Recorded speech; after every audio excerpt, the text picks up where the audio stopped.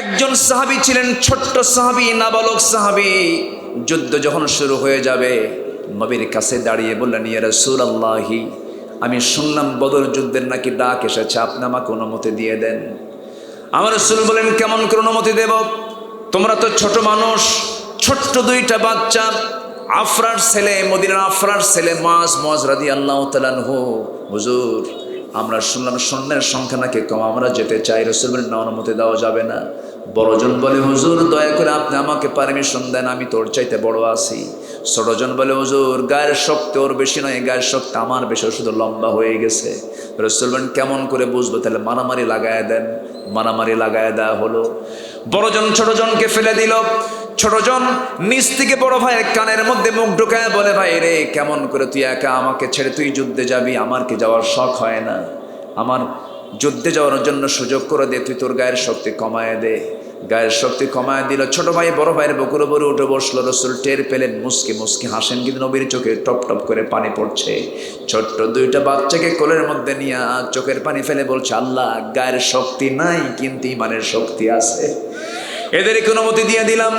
সেই যুদ্ধের ময়দানে বড় ভাই ছোট ভাইকে নিয়ে এক সাহাবীকে ডাক দিয়ে বলছো, দিনের পথের মুজাহিদরা, তোমরা যুদ্ধ করতে আসছো কাফিরদের বিরুদ্ধে, সবার বিরুদ্ধে, কিন্তু আমরা যুদ্ধ করতে আসছি আমরা আবু জেহেলের বিরুদ্ধে। কেন? আমরা শুনেছি আবু জেহেল নাকি রাসূলকে সবচেয়ে বেশি কষ্ট দিত। কি মোহাব্বত ছিল নবীর প্রতি, কি মোহাব্বত ছিল রাসূলের প্রতি। সঙ্গে সঙ্গে একজন সাহাবী বলছে, ওই যে ঘোড়ার পিঠে বসে আছে, ওটাই হলো কাফিরদের লিডার আবু জেহেল। যেতে দেরি হলো না, সিংহের মতো গর্জন দিয়া বাজ পাখির মতো উড়ন্ত হয়ে ছোট্ট দুইটা বাচ্চা, বলতে দেরি হয়েছে কিন্তু যেতে দেরি হয় নাই। আবু জেহেল ঘোড়ার পিঠে দুই দিকে পা ছেড়ে দিয়ে সে বসে আছে। ছোট্ট দুইটা বাচ্চা দুই পাশে দাঁড়ায় গেছে, টের পায় না এটা কোন গ্রুপের সদস্য।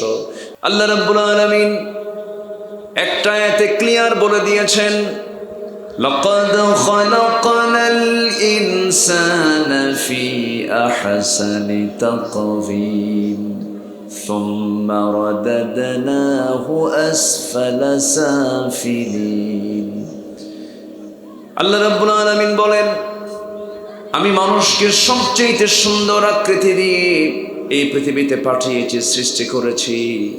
এই পৃথিবীর যত মখলুক আছে 18,000 মখলুক, এটা ভুল কথা। 18,000 মখলুক দিয়ে গোটা পৃথিবী আল্লাহ তাআলা সাজান নাই। এত মখলুক আছে যে বান্দা কোনোদিন গণনা করেও শেষ করতে পারবে না। অসংখ্য মখলুক। কে সৃষ্টি করেছেন? কে সৃষ্টি করেছেন? আল্লাহ। এটা পাখির মধ্যেই তো কত জাত, মাছের মধ্যে কত জাত।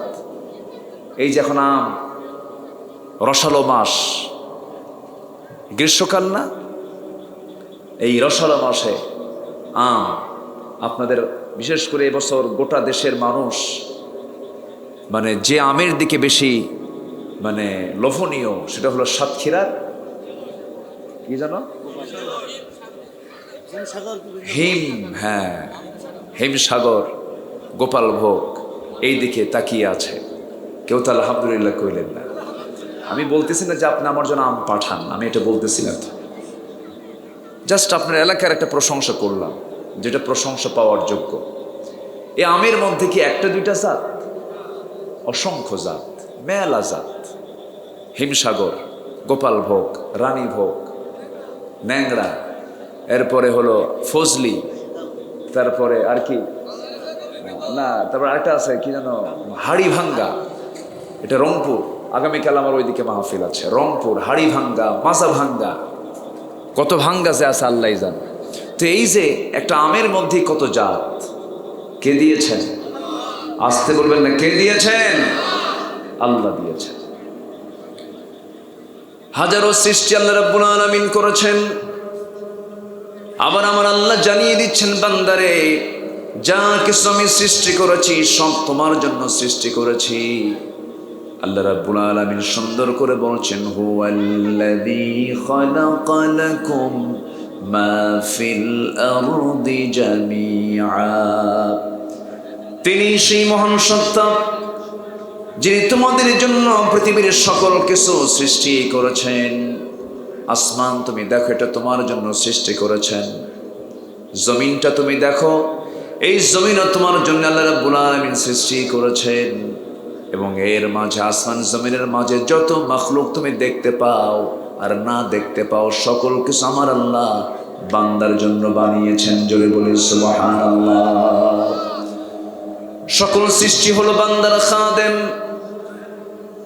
খেদমতের জন্য নিয়োজিত। সকল সৃষ্টি বান্দার খেদমত করবে, বান্দা আল্লাহর শুকরিয়া আদায় করবে, বান্দা আল্লাহর গোলামি করবে, বান্দা বলে ফেলবে আলহামদুলিল্লাহি রাব্বিল আলামিন। সবাই বলুন আলহামদুলিল্লাহি রাব্বিল আলামিন আর রহমানির রহিম মালিকি ইয়াউমিদ্দিন ইয়্যাকা না'বুদু ওয়া ইয়্যাকা নাস্তাঈন ইহদিনাস সিরাতাল মুস্তাকিম সিরাতাল লাযীনা আন'আমতা আলাইহিম গায়রিল মাগদুবি আলাইহিম ওয়ালাদ-দাল্লিন। এরপরে জোরে বলেন, আরো জোরে বলুন আমিন। এই সূরা ফাতিহা এটা এমন একটা সূরার নাম, গোটা কোরআনে আল্লাহ তাআলা যে কথাগুলো বলেছেন তার মূল বক্তব্য আল্লাহ তাআলা সূরা ফাতিহার মধ্যে দিয়ে দিয়েছেন। জোরে বলেন সুবহানাল্লাহ। যেটা ছাড়া কোনো কিছুই হয় না। নামাজ কি সূরা ফাতিহা ছাড়া হয়? বলেন, কেউ যদি সূরা ফাতিহা ছাড়া নামাজ পড়ে, নামাজ হবে? হবে না। এত গুরুত্বপূর্ণ এই সূরা। তো সূরাটা যখন শুরু করলাম, এটা তেলাওয়াত দিয়ে শেষই করলাম। আসেন আমরা এখন মূল আয়াতের দিকে আস্তে আস্তে যাচ্ছি। বলুন তো সবাই, সূরাটার নাম যেন কি? বলেন, লোকমান। লোকমান কি? কোন লোকমান? সাতক্ষীরার লোকমান? সাতক্ষীরার লোকমান না, কিন্তু অনেক লোকমান সাতক্ষীরায় আছে, কিন্তু লোকমান নামটা ঠিক আছে, কিন্তু লোকমান নামের গুণটা তার মধ্যে নাই। কিন্তু আল্লাহ রাব্বুল আলামিন এই লোকমানকে এত গুণে গুণান্বিত করেছেন যে আমার আল্লাহ তাআলা লোকমানের ওয়াজগুলোকে তার কোরআনের মধ্যে ঢুকায় দিয়েছেন। জোরে বলেন সুবহানাল্লাহ। আজকে আমরা কার ওয়াজ শুনতে বসেছি বলেন তো? কোরআনের ঠিক আছে, কিন্তু স্পেশালি আল্লাহ তাআলা কোরআনে ঢুকিয়েছেন কার ওয়াজ? লোকমানের ওয়াজ। ওহুয়া ইয়াইযুহু, অর্থাৎ আমি আব্দুল্লাহ আল আমিন, আমি মরে যাব একদিন, হয়তো 50, 60, 100 বছর পর এর নাম থাকবে না, রবিউল ইসলাম থাকবে না।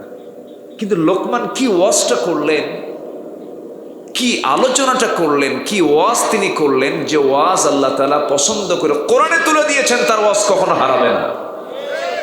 জোরে বলে সুবহানাল্লাহ। কি ওয়াজ তিনি করেছেন? তাহলে সেই ওয়াজটা কি মূল্যহীন না মূল্যবান? শুধু মূল্যবান না মহামূল্যবান? মহামূল্যবান মনে করে আমরা এটা শেষ পর্যন্ত শুনে আজকে যাব।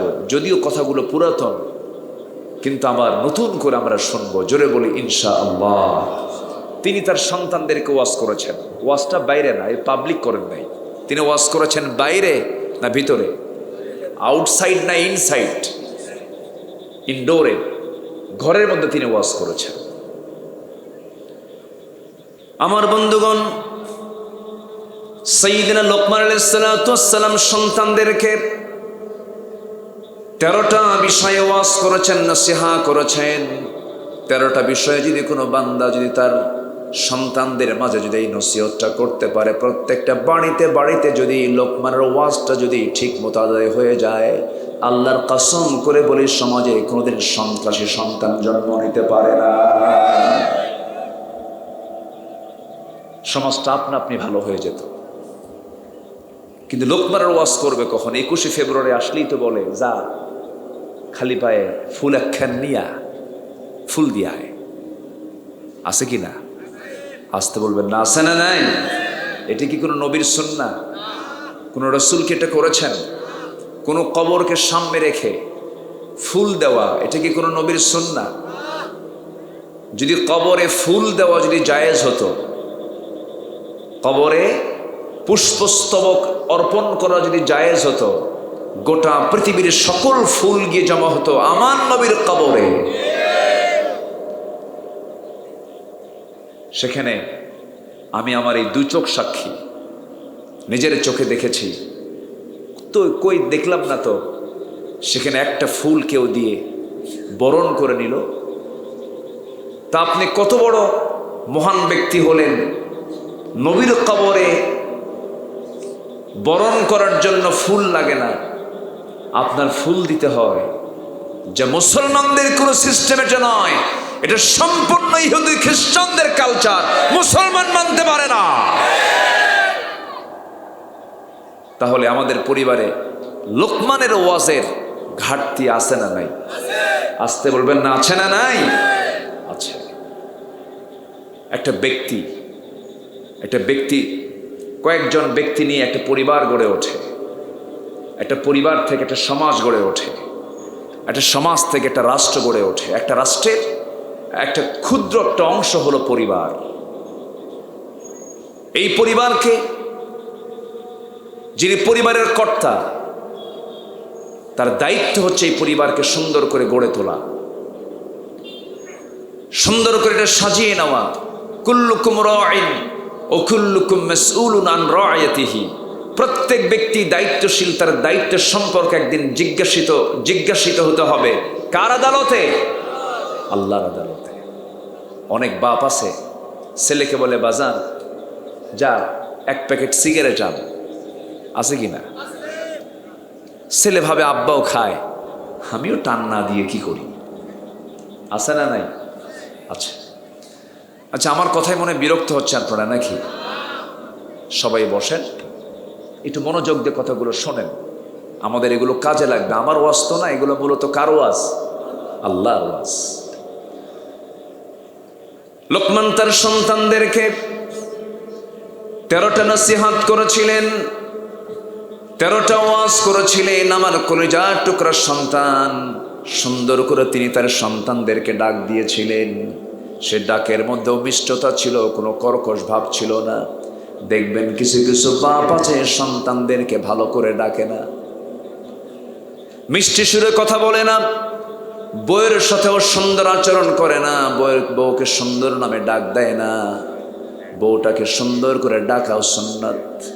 রাসূল তার স্ত্রীদেরকে কখনো মন খারাপ হয়ে যাওয়ার মতো করে কোনো সম্বোধন সুযোগ শব্দ প্রয়োগ করেন নাই।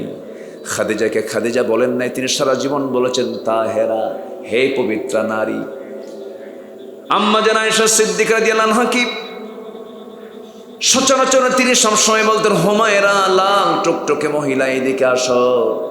প্রশংসা সুযোগ শব্দ প্রয়োগ করে ডাক দিয়েছেন, সুন্দর করে নাম সম্বোধন করে ডাক দিয়েছেন। দেখবেন কিছু কিছু স্বামী আছে বউদের সঙ্গে এত খারাপ আচরণ করে, বউরা মনে মনে বদ্ধ করে এই লোকটা মরবে কোন দিন। আসেন, এরকম আছে না? সন্তানদেরকে ভালো করে ডাক দেয় না, কর্কশ আচরণ করে, মিষ্টতা নাই। শুধু বাপটাই হতে পেরেছে, জন্মটাই দিতে পেরেছে, কিন্তু সন্তানকে সুন্দর করে কেমন করে ডাকতে হয়। সন্তান বিড়ি খায়, সন্তান নেশা করে, সন্তান খারাপ আচরণ করে, সন্তানকে ভালো করার জন্য অবশ্যই বাবার বিশাল বড় ভূমিকা আছে না নাই? বলেন, আছে। ধমক দিয়ে মানুষকে কখনো ভালো করা যায় না, পিটায়া মানুষকে ভালো করা যায় না। মন থেকে যদি কেউ ভালো না হতে চায়, আপনি তাকে কখনো ভালো করতে পারবেন না। লোকমান তার সন্তানকে আস্তে করে ডাকছেন। দেখেন, রাসূলকে বলছেন, হে রাসূল, আপনি সেই সময়ের কথা ওয়াইদ ক্বালা, সেই সময়ের কথা স্মরণ করুন। ওয়াইদ ক্বালা লুকমানু লিবনিহি ওয়া হুয়া ইয়াইদুহু ইয়া বুনাইয়া লা তুশরিক বিল্লাহ ইন্নাশ শিরকা লাযুলমুন আযীম। জোরে বলুন আল্লাহু আকবার। হে রাসূল, আপনি সেই সময়ের কথা স্মরণ করুন যে সময় আমি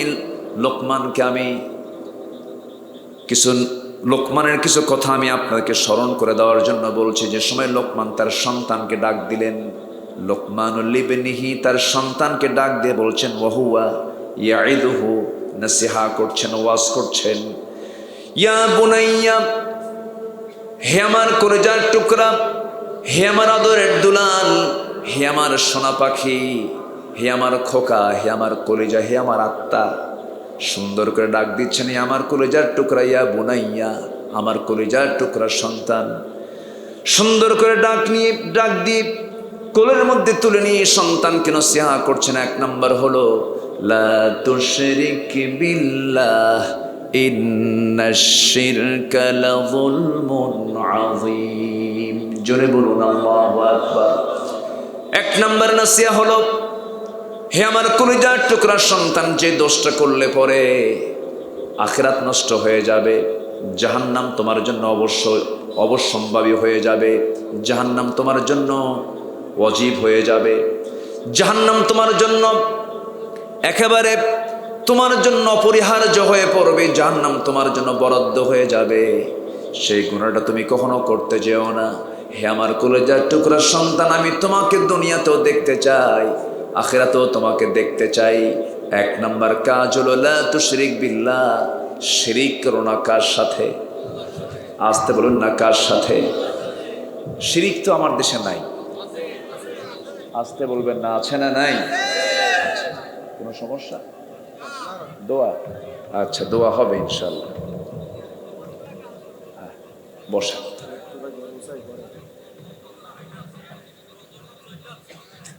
হ্যাঁ,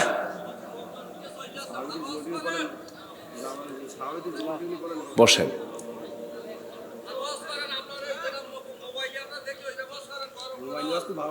গরম না? বসেন বসেন।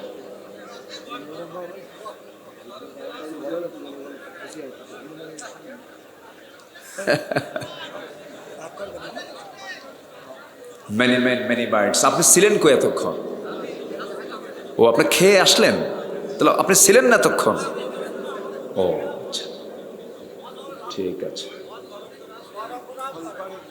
আমি কি কোরআনের বাইরে কোনো কথা বলছি? আচ্ছা, ঠিক আছে, কথা ঠিক আছে তো? গরম কাকে বলে? গরম, গরম তো বহু হইলেন জীবনে। গরম কি কম হয়েছি আমরা? বহু তো গরম হইলেন।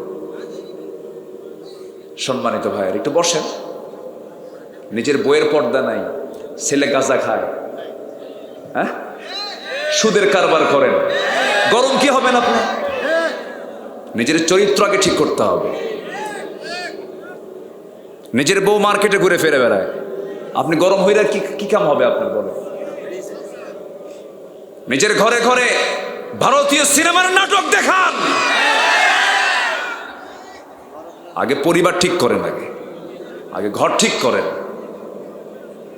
গরম গরম,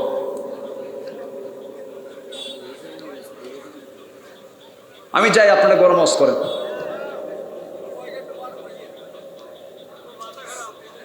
বোঝে না কথা। আমি একটা সাবজেক্ট ধরেছি তো, ঠিক আছে না? নিজের পরিবার ঠিক করার দরকার আছে না নাই?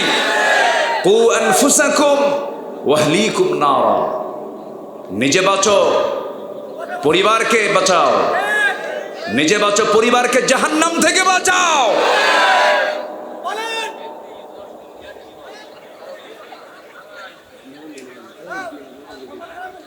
কিয়ামতের দিন সবাই নাফসি নাফসি করবে। কি করবে?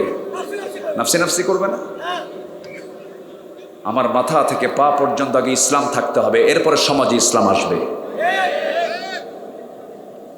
আমার মাথা থেকে পা পর্যন্ত ইসলাম নাই, আমার পরিবারে ইসলাম নাই, আমার সন্তানগুলো গাঁজা খায়, মদ খায়, কোনো কাজ নাই। আপনি স্লোগান দিয়ে কি করবেন? আপনি, আল্লাহ নিজে বলছেন, যারা ঈমান আনবে, ভালো করে আমলে সালেহ করবে, লা ইস্তাখলিফান্নাহুম ফিল আরদ, আমি তাদের হাতে ক্ষমতা তুলে দেব।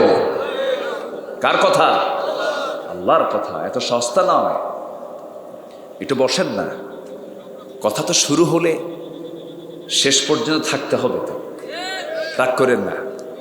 এই যে মুরব্বী, রাগ করা যাবে না। আপনি মজা করেই বলছেন হুজুর একটু গরম করেন, ঠিক আছে। সম্মানিত ভাইয়েরা, রাসূল কথা বলতেন, সাহাবে কেরামের চোখ দিয়ে দরদর করে পানি পড়ত। রসুল কথা বলতেন, আমার নবীর কথার ফলাফল হতো কি জানেন? কোনো আওয়াজ থাকতো না, কিন্তু চোখের কোনা বেয়ে বেয়ে টপ টপ করে পানি পড়ত, দিল কাঁপত। কিয়ামতের ভয়াবহতার কথা শুনে তারা অস্থির হয়ে যেতেন, চোখের পানিতে পানিতে গাল ভিজে যেত। আমার নবীজির জুমার খুতবার ভিতরে আবার আগুন ঝরানো বক্তৃতাও দিতেন, কান্নার কথাও বলতেন। সব মিলিত থাকতে হবে, হাসি কান্না দুঃখ আনন্দ সব মিলিত জীবন, ঠিক কি না? তাহলে লোকমান তার সন্তানকে প্রথম নসিহা করলেন হলো শিরিক করো না। কি করো না? শিরিক করো না, বিদআত করো না, আল্লাহ ছাড়া কারো কাছে মাথা নত করো না।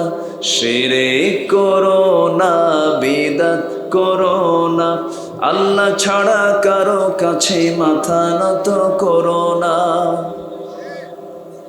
আজকের সমাজে কবর পূজা আছে না নাই? কালীগঞ্জে নাই তো? আছে? কবর পূজা আছে? আছে, কবর পূজা আছে। তাহলে আল্লাহ বলছেন লোকমানের কথা, লোকমান তার সন্তানকে এক নম্বর নসিহত করলেন, সন্তান তুমি কি করো না? শিরিক করো না। আমার বন্ধুগণ, সকল গুনাহ মাফ হবে, শিরকের গুনাহ কখনো মাফ হবে না। আল্লাহ রাব্বুল আলামিন নিজে ওয়াদা করছেন, ইন্নাল্লাহা লা ইয়াগফিরু আন ইউশরাকা বিহি ওয়া ইয়াগফিরু মা দুনা যালিকা লিমান ইয়াশা। অন্য জায়গায় বলছেন, ওয়া মান ইউশরিক বিল্লাহ ফাকাদ হারামাল্লাহু আলাইহিল জান্নাহ। শিরিক যারা করবে তাদের জন্য জান্নাতটা বাজেয়াপ্ত হয়ে যাবে, জান্নাত তাদের জন্য হারাম হয়ে যাবে। জান্নাতের গন্ধ সে কখনো দেখতে পাবে না। আপনার গুনাহ কি পরিমাণ হয়েছে কোনো ফ্যাক্টর নয়। তোমার গুনাহ যদি আকাশ ছেয়ে যায়, আনানাস সামা বিকরাবিল আরদিল খাতায়া, গোটা জমিনে যদি ছেয়ে যায় তোমার গুনাহ দিয়ে কোনো প্রবলেম নেই। আল্লাহ তুশরিক বি শাইআন, আমার সঙ্গে তুমি শিরিক না করে তুমি আমার সামনে হাজির হয়ে যাও, আকাশ সমান তোমার গুনাহগুলোকে মাফ করে দিয়ে আমি আল্লাহ তোমাকে জান্নাত দিয়ে দেব। তাহলে এক নম্বর শক্ত গুনাহ কিসের গুনাহ বলেন তো? সন্তানকে লোকমান ওয়াজ করছেন, কি করো না? শিরিক করো না। এটাই তো আদর্শ পিতা হওয়া উচিত। আমার বন্ধুগণ, সাইয়্যিদনা লোকমান এত দামি কেন হলেন? অবশ্যই তার মধ্যে কিছু গুণ ছিল। অধিকাংশ তাফসীর এসেছে সাইয়্যিদনা লোকমানের মধ্যে আল্লাহ রাব্বুল আলামিন কিছু গুণ দিয়েছিলেন। তার মধ্যে ব্যক্তিগত 9টা গুণ ছিল। কয়টা গুণ ছিল বলেন? 9টা গুণ ছিল। এই গুণটা আমরা আমাদের ভিতরে আনবো, জোরে বলি ইনশাআল্লাহ। কয়টা গুণ বলেন? আর তিনি নসিহত করেছেন কয়টা? 13টা। এই তো পয়েন্টগুলো বের হচ্ছে, একটু মনোযোগ দিয়ে শুনবেন আমলের নিয়তে, জোরে বলি ইনশাআল্লাহ। সাইয়্যিদনা লোকমানের ব্যক্তিগত 9টা গুণ ছিল। নাম্বার 1 হলো দৃষ্টিটাকে তিনি নিম্নমুখী রাখতেন, সামনের দিকে তাকাতেন কম, খারাপ হারামের দিকে তাকাতেন না তিনি কখনো, পরনারীর দিকে তাকাতেন না, হারাম কোনো জিনিসের দিকে তাকাতেন না। আজকে নারীর দিকে না তাকিয়েও গুনাহ করার আরো মাধ্যম আছে না নাই বলেন? আসতে বলবেন না, আছে না নাই? আজকে হাতে হাতে কি আছে বলেন? বলেন বলেন। যা দেখলে ইমান বাড়ে। হ্যাঁ, মোবাইল দেখলে ইমান বাড়ে না? ভালো কয়টা বলেন? ভালো কয়টা এর মধ্যে? যারা আবিষ্কার করেছে, যারা চালায় ফেসবুক, ইউটিউব, এগুলো যারা চালায় তাদের উদ্দেশ্য কি? ইসলাম প্রচার করা না ইসলাম ধ্বংস করা? যারা এটার মালিক, যারা ইউটিউব, ফেসবুক, এই অনলাইন মিডিয়া যারা চালায়, তারা কি চায় ইসলাম কায়েম হোক না ধ্বংস হোক? ধ্বংস হোক। এটা মাথায় রাখতে হবে। এই প্রযুক্তির মিসইউজের কারণে অসংখ্য পরিবারে আজকে আগুন ধরেছে। কার বউ কে নিয়ে যায় কোনো খেয়াল টিয়াল নাই কারো। চুয়াডাঙ্গা মাহফিল ছিল আমার গত বছর। চুয়াডাঙ্গা মাহফিল, এশার নামাজের সময় নামাজ কালাম পড়ে খাইতে বসছি। এক মুরব্বী এসে আমার সামনে বসে বলে, হুজুর আমার জন্য একটু দোয়া করেন। কি দোয়া? হুজুর আমার বড় মেয়েটাকে বিয়ে দিছে ঠাকুরগা। ঠাকুরগা মেয়েকে বিয়ে দিলেন? এত দূরে, 250 মাইল দূর। চুয়াডাঙ্গা কোথায়, ঠাকুরগা কোথায়? এ তো আরেক অঞ্চল। তো বিয়ের ঘটক কে? হুজুর মোবাইল। ঘটক কি? মোবাইল। তো বললাম ঘটক মোবাইল, তো মেয়েকে মোবাইল দিলেন কেন? হুজুর আমি তো দিতে চাইনি, বাধ্য হয়েছি। কেন? ও সায়েন্সের ছাত্রী, অনলাইনে class, biology, physics, chemistry class করতে হয়, এই জন্য দিতে বাধ্য হয়েছি। ভালো একটা সেট কিনে দিলাম, ভালো করে সে পড়ুক। কিন্তু সে যে অনলাইনে যে আরেকটা লাইন খুলছে তা তো জানি না। বলতেছে মেয়ে বিয়ে দিলাম, কি বলে, মেয়েকে মোবাইল কিনে দিলাম, সে নিজেই সিদ্ধান্ত নিয়ে হেরে চলে গেছে, নাই খোঁজখবর নাই। 3 দিন চলে গেছে। 3 দিন পর আমাকে ফোন দিয়ে বলে, আব্বু, মেয়ে তার বাপকে ফোন দিয়ে বলছে, আব্বা আমরা খুব ভালো আছি। মানে তাহলে মোবাইল আমি থেকে কি বানায় দিল? আসতে কয় আমি থেকে কি হয়ে গেল? আমরা হলো। একজন কয়জন হলো? 2 জন হলো। তাহলে যদি কারো মেয়েকে কেউ বিয়ে দিতে না পারেন, তার বাবা যদি বিয়ে দিতে না পারেন, তাহলে একটা বিশাল একটা মাধ্যম আছে, একটা করে মোবাইল কিনে দিবে, তাহলে মেয়ের বিয়ে হয়ে যাবে। আজকে ছোট্ট ছোট্ট বাচ্চারা ধ্বংস হয়ে যাচ্ছে। হাতে হাতে প্রযুক্তি পৌঁছায় দেওয়ার মূল লক্ষ্য হলো একটা গোষ্ঠী, তারা চায় ইমানকে কেমনে ধ্বংস করে দেওয়া যায়। ভাবতেছেন এর কল্যাণগত দিক? কে বলেছে? এর ক্ষতির দিকটা আজকের সমাজে কম না বেশি? কম না বেশি বলেন? বেশি। নোংরামির পরিমাণ বেশি। আল্লাহ তাআলা প্রযুক্তির এই মিসইউজ থেকে আমাদেরকে হেফাজত করুন। জোরে বলি আমিন। লোকমানের 1 নম্বর গুণ ছিল, তিনি চোখটাকে নিম্নমুখী রাখতেন, তাকাতেন না, হারাম দিকে তাকাতেন না। আমরা চোখের ইবাদতটা করব, হারাম কিছু দেখব না, হারামের দিকে তাকাবো না, চক্ষুটাকে হালালের জন্য বরাদ্দ করে ফেলবো। নাম্বার 2 হলো, লোকমান কখনো বেহুদা কোনো কথা বলতেন না। সাইয়েদিনা লোকমান তিনি মুখটা বন্ধ রাখতেন, কথা বলতেন খুব কম। নাম্বার 3 হলো, হালাল জীবিকায় তিনি সন্তুষ্ট ছিলেন। নাম্বার 4 হলো, লজ্জাস্থান তিনি সংরক্ষণ করেছেন। নাম্বার 5 হলো, সত্য কথায় তিনি অটল থাকতেন। নাম্বার 6 হলো, অঙ্গীকার তিনি পূর্ণ করতেন। নাম্বার 7 হলো, মেহমানকে সম্মান করতেন। নাম্বার 8 হলো, প্রতিবেশীর হক তিনি আদায় করতেন। নাম্বার 9 হলো, অপ্রয়োজনীয় কথা কাজ তিনি পরিহার করে চলতেন। এই 9টা গুণ যদি আজকের এই দুনিয়ার কোনো বান্দার মধ্যে থেকে যায়, আল্লাহর কসম করে বলে সে হবে দুনিয়ার সবচেয়ে সেরা বড় বুজুর্গ পীর সাহেব। ঠিক কিনা? এগুলো গুণ আমাদের মধ্যে কি আছে? কই? আমার বন্ধুগণ, হালাল জীবিকার দিকে আমরা যদি একটু তাকাই, আজকের সমাজ চলছে যাকাত ভিত্তিক না সুদ ভিত্তিক? বলেন বলেন বলেন। কালীগঞ্জে সুদ নাই তো? কালীগঞ্জে সুদ আছে? সুদ খায় কে? মুসলিম ন মুসলিম?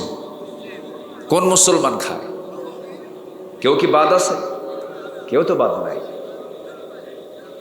একটু আমার দিকে তাকান, কথাগুলো একটু শোনেন, হয়তো একটু মন খারাপ হবে, কিন্তু কিচ্ছু বলার নাই তো।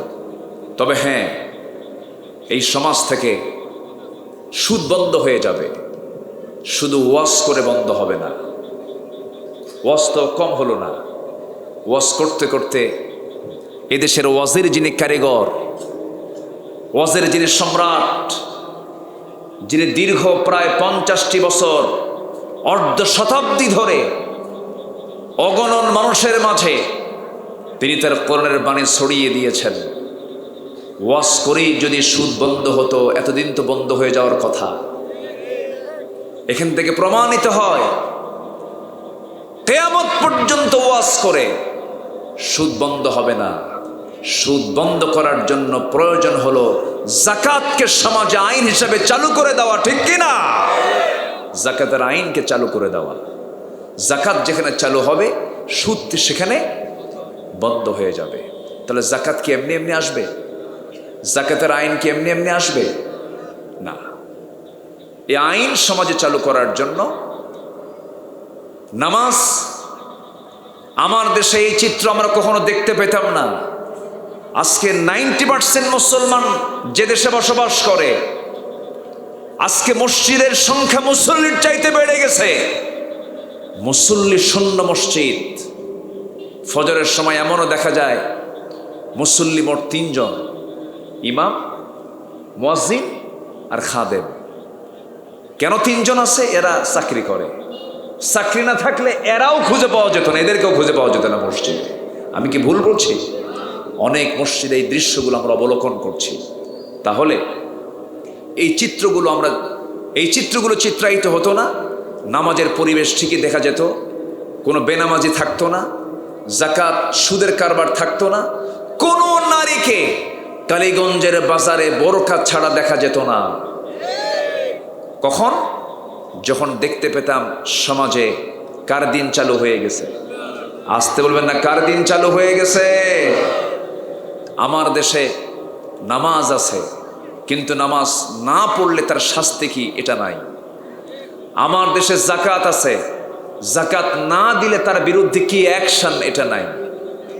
আমার দেশে পর্দা করার জন্য বোরকা পরার হয়তো বিধান, বোরকা পরার অনুমতি আছে, বোরকা পড়তে পারেন, কিন্তু বোরকা ছাড়া একজন নারী বাইরে গেলে তার শাস্তি কি, সে শাস্তি কিন্তু আমার দেশে নাই।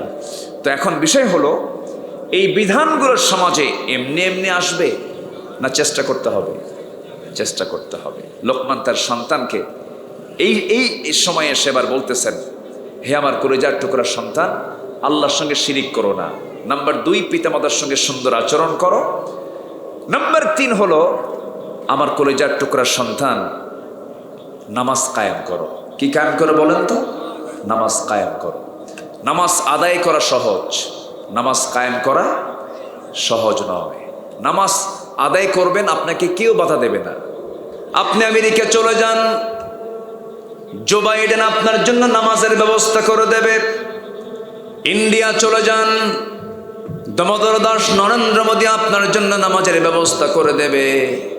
আপনি ব্রিটেন চলে যান, ঋষি সুনাক আপনার জন্য নামাজের ব্যবস্থা করে দেবে। আপনি চলে যান রাশিয়াতে, ভ্লাদিমির পুতিন আপনার জন্য নামাজের ব্যবস্থা করে দেবে, প্রয়োজনে মসজিদে বানায় দেবে। কিন্তু আপনি যখন বলবেন নামাজ কায়েম করতে হবে, যাকাত সমাজে চালু করতে হবে, পর্দার বিধান জারি করতে হবে, সেই সময় আপনার পরিচয় তারা দিয়ে দেবে আপনি সন্ত্রাসী, আপনি জঙ্গি। এমন চিত্র আমার দেশে আছে না নাই বলেন? আচ্ছা, এই দেশে 2 শ্রেণীর মুসলমান। একটা শ্রেণী চায় নামাজ ব্যক্তিগত বিষয়, নামাজ কি পড়লো কে পড়লো না এমন কোনো রেস্ট্রিকশন, এমন কোনো চাপ প্রেশার ক্রিয়েট করা যাবে না, নামাজ হলো ব্যক্তিগত বিষয়। এমন শ্রেণীর, এমন চিন্তার কিছু মুসলমান সমাজে আছে। নামাজ পড়লাম না এটা নিয়ে কোনো কথা বলা যাবে না। আবার এক শ্রেণীর মুসলমান আছে, না না, নামাজ নিজে ব্যক্তিগতভাবে পড়ব, নামাজ প্রতিষ্ঠার জন্য সংগ্রাম করব, নামাজ কায়েম সমাজে চালু হয়ে যাক এর জন্য চেষ্টা করব। আমার বন্ধুগণ, তাহলে এই যে 2 শ্রেণীর মুসলমানকে আমরা দেশে দেখতে পাই, এক শ্রেণী বলে নামাজ ব্যক্তিগত বিষয়, নামাজের ব্যাপারে কোনো জোর প্রেশার দেওয়া যাবে না।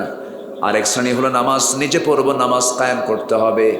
এর মধ্যে আসল মুসলমান হলো নামাজ আদায় না নামাজ কায়েমের? বলেন বলেন বলেন বলেন, নামাজ আদায় না নামাজ কায়েমের? কায়েমের। এর হচ্ছে আসল মুসলমান। আগের যুগেও ছিল, আগের যুগেও যে ছিল না তারা, যুগে যুগে একটা মহল ছিল, তারা 2 দিকে থাকতে চেত। তারা চাইতো যে নামাজও পড়ব, রোজাও রাখবো, আবার সুদও খাবো, জেনাও করব, আল্লাহ আমারে জান্নাত না দিয়ে যাবে কোথায়? যেরকম নাউজুবিল্লাহ, আমি তো আল্লাহরই বান্দা, গুনাহ করব আমি, মাফ করবেন আল্লাহ। এই চিন্তায় চলার মতো মানুষ আগেও ছিল, এখনো আছে না নাই? এখনো আছে। আমার বন্ধুগণ, এই জাতীয় চিন্তা চেতনা লালন যারা করবে, কোরআনকে বলুন, কোরআন তুমি বলে দাও এদের চরিত্রটা কি, এদের পরিচয়টা কি। আল্লাহ তাআলা বলছেন এই সমস্ত ব্যক্তির পরিচয় হলো এরা মুনাফিক। এরা কি বলে? মুনাফিক। মসজিদে নামাজ পড়বে, হোটেলে গিয়ে মদ খাবে, একই ব্যক্তি মসজিদের সভাপতি হবে, মাহফিলের সভাপতি হবে, আবার যখন যাত্রা হবে যাত্রা কমিটির সভাপতি হবে। আছে না? এগুলো মনে হয় কালীগঞ্জে নাই। হ্যাঁ আছে, আছে। যে ব্যক্তি মসজিদ কমিটির সভাপতি হয়ে, মাহফিল কমিটির সভাপতি হয়ে, যাত্রা কমিটির সভাপতি হয়, শয়তান দেখতে ওই রকমই। ওটাই শয়তান। ওটা কি? শয়তান। আছে কি না? আছে না? আছে। সম্মানিত ভাইয়েরা, একটু কান লাগান, মনোযোগ দিয়ে একটু কথাগুলো শুনুন। আমার বন্ধুগণ, আমার নবীজি যে সমাজে জন্ম নিয়েছিলেন, ওই মক্কার মাটিতে, যে মক্কার মাটিতে আল্লাহ তাআলা আমাকে বহুবার নিয়েছেন, ওই মক্কার মানুষগুলো এত বড় মুশরিক ছিল যে তারা মূর্তিগুলোকে পূজা করতে করতে শেষ পর্যন্ত আল্লাহর ঘরের মধ্যে পর্যন্ত মূর্তিগুলোকে ঢুকায় দিয়েছিল। 360টা মূর্তি পর্যন্ত ঢুকিয়ে ফেলেছিল। সে আল্লাহর ঘরের ভিতরে তারা মূর্তি পর্যন্ত প্রবেশ করিয়েছিল।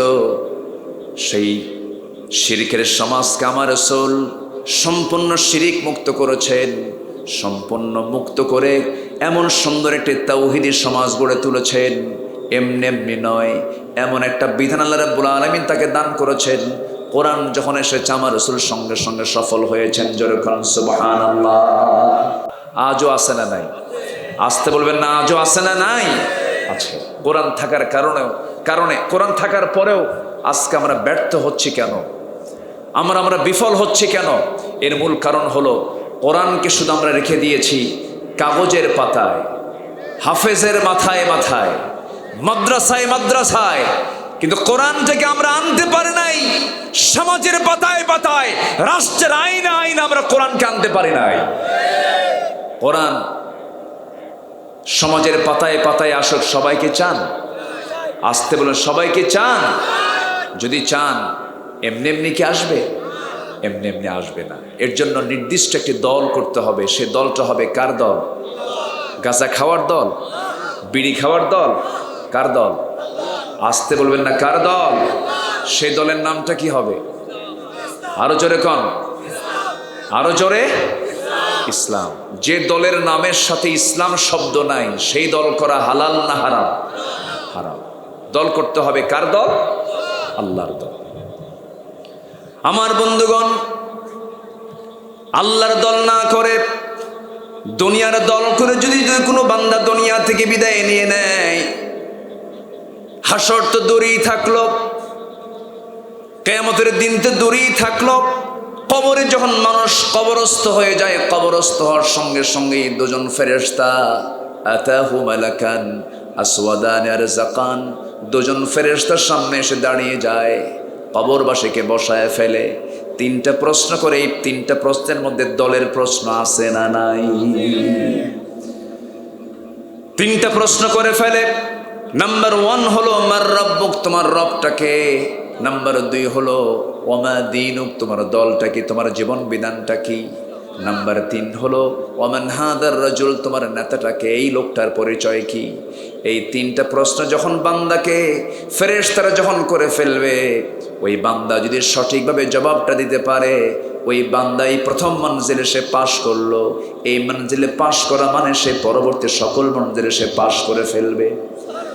কিন্তু আপনি আল্লাহর দল করে গেলেন না, দুনিয়ার দল করে গেলেন। দুনিয়ার আইনকে আপনি বিশ্বাস করে দুনিয়া থেকে বিদায় নিলেন। সেই দিন কবর তো প্রথম মঞ্জিল, সেই দিন আপনি ধরা খেয়ে যাবেন। হাসর তো বহু দূরেই থাকলো। জাহান্নামের আগুনের সমস্ত আভাগুলো আপনার সাথে স্পর্শ করে ফেলবে। জাহান্নামের সুরঙ্গি কবরের সঙ্গে কানেকশন হয়ে যাবে, আযাব শুরু হয়ে যাবে কবরেই। এই জন্য আমার বন্ধুগণ, সবার কাছে আমার একটা দিল থেকে চাওয়া, দিল থেকে আমার আহ্বান, সেটা হলো দল যখন করতেই হবে, দলটা করা ফরজ। সেই দলটা করব আমরা কার দল বলেন? আসতে বলবেন না, কার দল? আল্লাহর দল। আল্লাহ রাব্বুল আলামিন বলেন ওয়ালতাকুম মিনকুম উম্মাতুন ইয়াদউনা ইলাল খায়রি ওয়া ইয়ামুরুনা বিল মা'রুফি ওয়া ইয়ানহাউনা আনিল মুনকার। তোমাদের মধ্যে অবশ্যই এমন একটা দল থাকা দরকার যে দলটা মানুষকে আল্লাহর দিকে আহ্বান করবে, সৎ কাজের আদেশ দেব, সৎ কাজের বাধা প্রদান করবে। আমার বন্ধুগণ, এই দলটা করতে বলেছেন কে বলেন? আল্লাহ তাআলা বলেছেন। আল্লাহ রাব্বুল আলামিন বান্দাকে নামাজ কায়েমের কথা বলেছেন, যাকাত আদায়ের কথা বলেছেন। আল্লাহ নিজে আরেক জায়গায় বলছেন, আল্লাযীনা ইম্মাক্কান্নাহুম ফিল আরদি আকামুস সালাহ ওয়া আতাউস যাকাতা ওয়া আমারু বিল মা'রুফি ওয়া নাহাউ আনিল মুনকার ওয়ালিল্লাহি আকিবাতুল উমুর। জোরে বলুন আল্লাহু আকবার। আমি যাদেরকে রাষ্ট্রীয় ক্ষমতা দান করব, আল্লাহ নিজে বলছেন, আমি যাদেরকে রাষ্ট্রীয় ক্ষমতা দান করব তারা 4টা আইন সমাজে চালু করবে। এর মধ্যে 1 নম্বর হলো তারা নামাজটাকে কায়েম করবে, যাকাতটাকে আদায় করবে, সৎ কাজের আদেশ দেবে, অসৎ কাজের বাধা প্রদান করবে। এই 4টা কাজ কে দায়িত্ব দিলেন বলেন? আসতে বলবেন না, কে দায়িত্ব দিলেন? আল্লাহ দায়িত্ব দিলেন। অতএব যে দল নামাজ কায়েমের কথা বলে না, যাকাত আদায়ের কথা বলে না, যারা সুদকে প্রমোট করে, পর্দাহীনতাকে প্রমোট করে, ভারতীয় নায়িকাকে রিসিভ করে দেশে দাওয়াত দেয়, ওই সমস্ত চরিত্রহীন লম্পট নেতৃত্ব আমরা মানতে চাই না। রাজি আছেন কারা কারা? হাত উঁচু করে দেখা।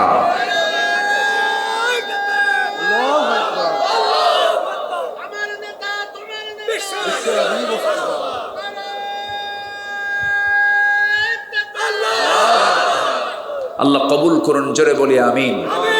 আরো জোরে আমিন। আমি সবার চেহারার দিকে তাকাচ্ছি, প্রচন্ড গরম লাগতেছে আপনাদের, গরমে থাকতে পারছেন না, কষ্ট হচ্ছে আপনাদের, নড়াচড়া করছেন, কিন্তু কি করবেন? এ তো গরমকাল, এ তো শীতকাল না। আর একটু সময় আমি চেয়ে নিচ্ছি, আমাকে সময় দিচ্ছেন তো নাকি?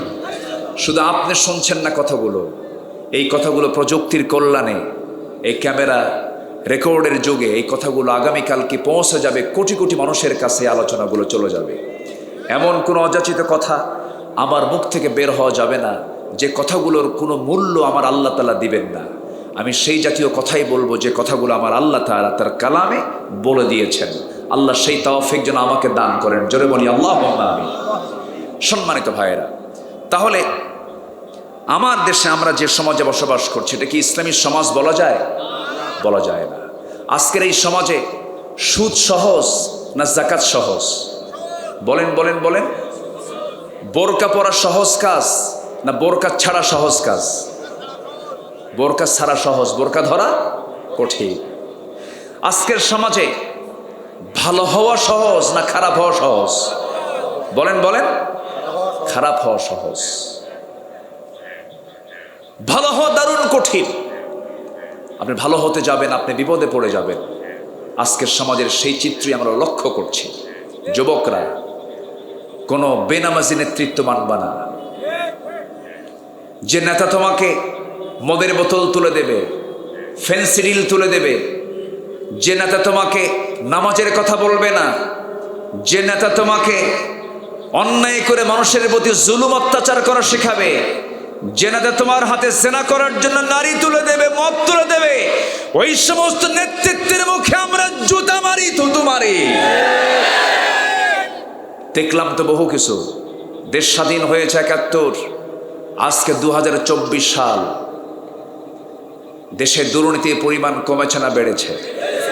শুধু তাকান সাবেক সেনাপ্রধানের দিকে, আর শুধু তাকান সাবেক পুলিশ প্রধানের দিকে, আর কিচ্ছু দরকার নেই, আর কিচ্ছু দরকার নাই। আমরা এগুলো বলতে যাই নাই, তারাই বলতেছে তাদের কথা। সম্মানিত ভাইয়েরা, পাপ বাপকেও ছাড়ে না।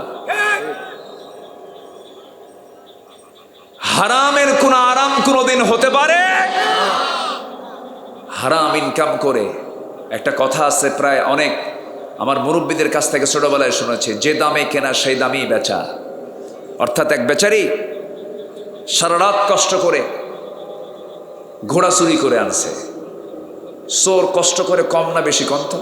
ওর টেনশন কম হয় না বেশি হয়? ও আল্লাহর নাম নেয়, আল্লাহর নামটা কম নেয় না বেশি নেয়? ধরা জন্য না পড়ি, বিশাল টেনশন। চুরি করতেও কিন্তু যোগ্যতা লাগে। টাকাগুলো কেমনে বাইরে পাচার করব, কেমনে কি করব, বহু চিন্তা থাকে। চোরের চিন্তা কম হয় না বেশি হয়? বেশি হয়। বাড়িওয়ালার কোনো টেনশন আছে? বাড়িওয়ালা তো ঘুমায়। তো সারা রাত কষ্ট করে চুরি করছে, ঘোড়া একখান কি মানে চুরি করে আনছে বাড়িতে। ছেলেটাকে ডাক দিয়ে বলে, বাজার অনেক কষ্ট করে ঘোড়াটা চুরি করে আনলাম, তুমি একটু বাজারে বিক্রি করে আসো। ছেলের হাতে ঘোড়া দিছে, ছেলে ঘোড়া নিয়ে বাজারে চলে গেছে। তো ঘোড়া নিয়ে দাঁড়ায় আছে, এক ক্রেতা এসে বলতেছে, ভাই ঘোড়াটার দাম কত? এত। কি, ঠিক আছে নিলাম, কিন্তু ঘোড়াটা যে নেব একটু চেক করা দরকার, তো ওর চার পা ঠিক আছে কিনা, তো লাগামটা দাও, আমি একটু ঘোড়াটা চালায় আসি, দাবড়ায় আসি। ঘোড়ার পিঠে চড়ছে, দাম না দিয়েই ঘোড়া চালাচ্ছে। ওই যে চলে গেছে, আর ফেরত আসে না, সন্ধ্যা হয়ে গেছে। তো এখন ব্যর্থ ভরাক্রান্ত হৃদয় নিয়ে ছেলে চলে গেছে বাড়িতে। বাপ বলল, বাজান কষ্ট করে ঘোড়া চুরি করে আনলাম, ঘোড়াটা বিক্রি করছে কত টাকা? দেখে, আব্বা যে দামে কেনা সেই দামেই বেচা। চোরের মাল চোর নিয়ে গেছে, এই চোরের মাল, এই চোরদের মাল চোররাই নিয়ে যাবে, ভোগ করতে পারবে না। হারামের কোন আরাম, হারামের কোন আরাম কারণের সম্পদ কাজে লাগেনি। সাদ্দাদের কল্পিত জান্নাতের সাদ্দাত ঢুকতে পারেনি। এই জন্য আসুন আমরা সেই সমাজ গড়তে চাই যে সমাজ গড়তে বলেছেন কে, এবং গড়ার জন্য যে শিক্ষা, যে পদ্ধতি শিখিয়েছেন তিনি হচ্ছেন মুহাম্মদ সাল্লাল্লাহু আলাইহি ওয়াসাল্লাম। সম্মানিত ভাইয়েরা, লোকমান তার সন্তানকে নসিহা করছেন, কলিজার টুকরার সন্তান, নামাজ কায়েম করো। নামাজ কি করো? কায়েম করো। নামাজ আদায়ে কোনো বাধা নাই। নামাজ কায়েমের সংগ্রাম করতে যাবেন, আপনার সামনে ফেরাউন দাঁড়িয়ে যাবে, আপনার সামনে নমরুদ দাঁড়িয়ে যাবে, হামানরা দাঁড়িয়ে যাবে, কখনো হতাশ হওয়া যাবে না। নামাজ কায়েমের সংগ্রাম থেকে নিজেকে গুটিয়ে রাখলে পরে সে ব্যক্তির পরিচয় হয়ে যাবে মুনাফিক। মুনাফিকের জন্য রাসূল পর্যন্ত দোয়া করেছেন, কিন্তু সেই দোয়া আল্লাহ কবুল করেন নাই। সবার কম বেশি ইতিহাসটা জানা আছে। আমার নবীজির পিছনে লোকটা নামাজও পড়তো, নবীর পিছনে ইক্তেদা করতো, নবীর বয়ান শুনে শুনে ওই মুনাফিকের চোখে পানি আসতো। সে মসজিদ বানাইছে, সে নবীর পিছনে নামাজ পড়েছে, জিকির আজগার করেছে, মুখে দাড়িও ছিল, মাথায় টুপিও ছিল, পরনে জুব্বাও ছিল, কিন্তু আমার নবীজির সঙ্গী মূল কাজে সে অংশগ্রহণ করে নাই, দিন কায়েমের সংগ্রামে সে অংশগ্রহণ করে নাই। আল্লাহর জমিনে দিন কায়েম হোক এটা সে মনে মনে কখনো চায় নাই। এমন একজন মুনাফিকের নাম ছিল আব্দুল্লাহ ইবনে উবাই বিন সুলুল। তার ছেলে একজন বড় সাহাবী ছিলেন। এই আব্দুল্লাহ ইবনে উবাই বিন সুলুল আমার নবীর জীবদ্দশায় হঠাৎ অসুস্থ হয়ে পড়ল, দুনিয়া থেকে বিদায় নিয়ে নিল। নবীর কাছে তার ছেলে এসে বলছে, ইয়া রাসূলুল্লাহ, আমার বাপ, আমি জানি খারাপ মানুষ, আপনিও জানেন খারাপ মানুষ, মুনাফিক ছিল, কিন্তু আমার বাপ দুনিয়া থেকে বিদায় নিয়েছেন। আমার বাপ মারা যাওয়ার আগে আমাকে দুইটা কথা বলে গেছেন। নাম্বার 1 হলো, ও আমার সন্তান, আমি যদি মারা যাই আমার কাফনের কাপড়টা যেন রাসূলের যেন জুব্বাটা দিয়ে যেন আমার কাফনের কাপড়টা যেন পরানো হয়। নাম্বার 2 হলো, আমার জানাজা যেন বিশ্বনবী নিজে পড়ায় দেন। এই কথা বলে দুনিয়া থেকে এই মুনাফিকটার বিদায় হয়ে যায়।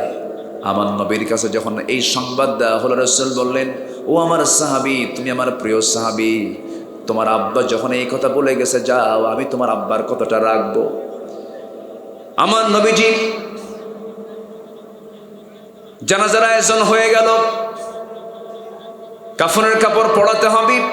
রাসূল তার সন্তানের হাতে আমার নবীর ব্যবহৃত একটা জুব্বা তার হাতে দিয়ে বললেন, যা আব্দুর রহমান, তোমার আব্বার গায়েটা পরায়া দাও।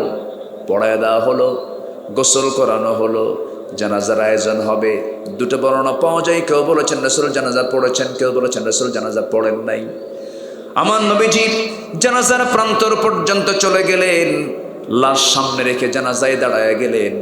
এমন সময় পেছন থেকে ওমরে ফারুক রাদিয়াল্লাহু তাআলা আনহুর মতো মানুষ পিছন থেকে টানতেছেন, হুজুর আপনি জানাজা পড়ায় নেই তো, মুনাফিক ছিল। রাসূল বললেন, ওরে ওমর আমাকে বাধা দিও না, আমার সাহাবীর বাবা, আমি জানাজা পড়ায় দেই। নবীজি জানাজা পর্যন্ত পড়ায়া দিলেন, নিজের গায়ের জুব্বা পর্যন্ত মুনাফিককে দান করে দিলেন।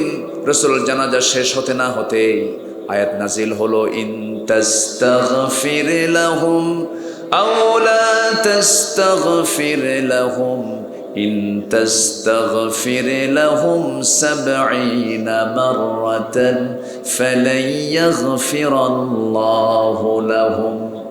হে রাসূল আপনি তাদের জন্য মাফ চান অথবা মাফ না চান, ক্ষমা চান বা না ক্ষমা না চান, আপনি যদি ওই মুনাফিকের জন্য যদি আপনি ৭০ বার দোয়া করেন, আমি আল্লাহ দোয়া কবুল করব না। আমার বন্ধুগণ, সেই মুনাফিক এত জঘন্য একটা চরিত্রের জিনিস, এই জঘন্য চরিত্র যে বান্দার মধ্যে থাকবে সেই বান্দার জন্য জান্নাতটা হারাম হয়ে যাবে, তার জন্য জান্নাত বরাদ্দ হবে না। অতএব এখান থেকে প্রমাণ হলো ওই মুনাফিকের ভিতরে নামাজ ছিল, রোজা ছিল, দান ছিল, সদকা ছিল, মসজিদ নির্মাণ ছিল, সব ছিল, কিন্তু নামাজটা সমাজে চালু হোক, যাকাত সমাজে চালু হোক, আল্লাহর দ্বীন সমাজে চালু হয়ে যাক, ওই মুনাফিকের মধ্যে এটা ছিল না, সেটাকে চাই নাই। আমাদের সমাজে এমন মুনাফিক মনে হয় একটাও নাই। আসতে বলবেন না, আছে না নাই? এখানেই তো কথা, এখানেই তো কথা। আপনি নামাজ পড়বেন, হজ করবেন, আপনি দান সদকা করবেন, মসজিদ বানাবেন, মাদ্রাসা বানাবেন, কিন্তু সমাজে পর্দার বিধান চালু হোক, জেনার আইন চালু হোক, সুদ বন্ধ হয়ে যাক, অসামাজিক কার্যকলাপ বন্ধ হয়ে যাক, এটা আপনি চাবেন না। আপনার ঈমান আনা হয় নাই, আপনি মুনাফিকের কাতারের সদস্য হয়ে গেছেন। এই বিষয়টা খেয়াল করতে হবে।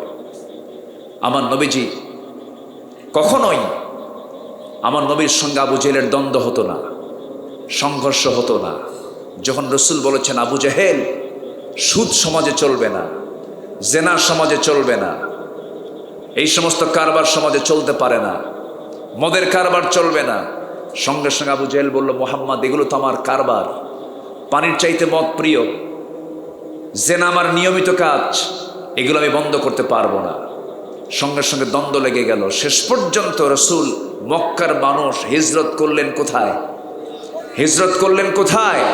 শুধু একটা কারণ, সেটা হলো রসুল বলেছেন এই জমিন যার, এই জমিনের মালিক যিনি, এই জমিনে কারো আইন চলবে না, সে আল্লাহর আইন চলতে হবে।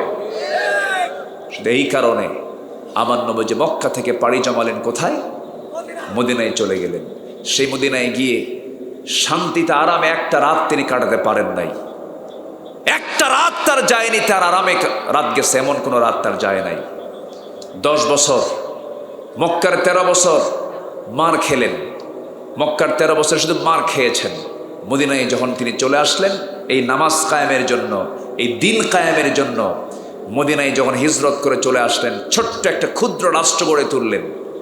মদিনা নামক ক্ষুদ্র রাষ্ট্র গড়ে তোলার পর 1 বছর যেতে না যেতেই সেই রসুলের দিনকে, রসুলকে দুনিয়া থেকে বিদায় করার জন্য সেই মক্কার কোরাইশরা 1000 সৈন্য নিয়ে লোহিত সাগরের পাশ দিয়ে ঘেসে ঘেসে বদর প্রান্তর পর্যন্ত চলে এলো। সেটা ছিল রমজান মাস। কি মাস বলেন? আসতে বলবেন না, কি মাস ছিল? রমজান মাস। রমজান আমাদের মাঝে বারবার আসে, কিন্তু বদর আসে না। রমজান আমাদের মাঝে বারবার আসে, কিন্তু মক্কা বিজয়ের সেই চেতনা আমাদের মধ্যে লালন হয় না। একটা বছর প্রথমবার যখন রোজা ফরজ হয়, সেই রোজার মাসেই বদর প্রান্তরে আবু জেহেল, উতবা, সাইবা, সমস্ত কাট্টা কাট্টা কাফেররা বদর প্রান্তরে উপস্থিত হয়ে গেল আল্লাহর দিনকে নিভিয়ে দেবার জন্য। কিন্তু দিনটা কার? আসতে বলবেন না, কার? আল্লাহর দিন। আমার বন্ধুগণ, সে আল্লাহর দিনকে নিভিয়ে দেবার জন্য মক্কার কুরাইশরা 1000 সৈন্য নিয়ে আবু জেহেল তার নেতৃত্বে সব চলে এলো।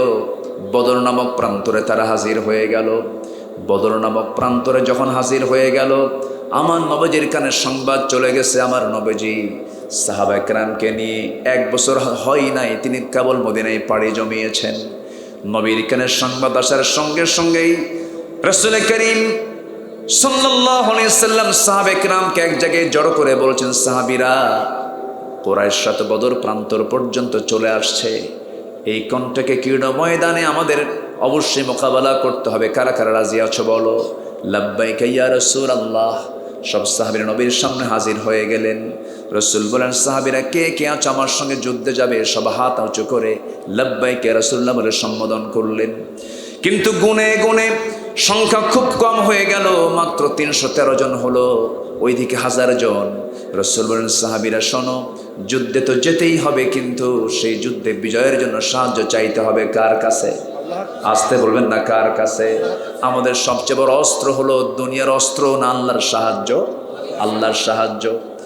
আমার নবীজি সাহাবে কেরামকে এক জায়গায় করলেন।